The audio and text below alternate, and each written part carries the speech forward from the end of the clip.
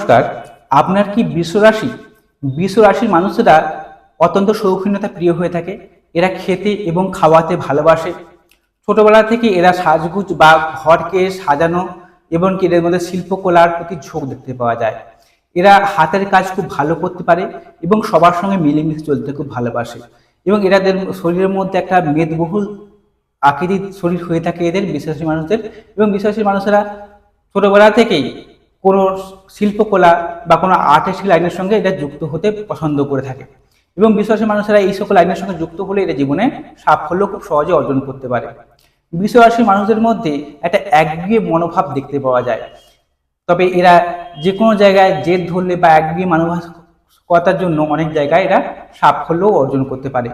বৃষ রাশির মানুষদের মধ্যে দেখতে পাওয়া যায় যে সবার সঙ্গে মিলেমিশে চলা, সবার সঙ্গে সুসম্পর্ক বজায় রাখার জন্য এরা আপ্রাণ চেষ্টা করে।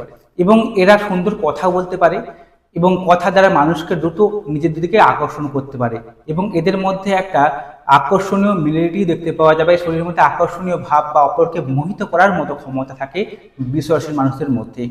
বৃষ রাশির মানুষদের মধ্যে ক্রিয়েটিভিটি ভাব একটু বেশি দেখতে পাওয়া যায়, কারণ এই রাশির হচ্ছে অধিপতি শুক্র এবং এখানে চন্দ্রদেব সুতুঙ্গী হয়ে থাকেন। তাই এদের মধ্যে ক্রিয়েটিভিটি একটু দেখতে পাওয়া যায় ছোটবেলা থেকেই।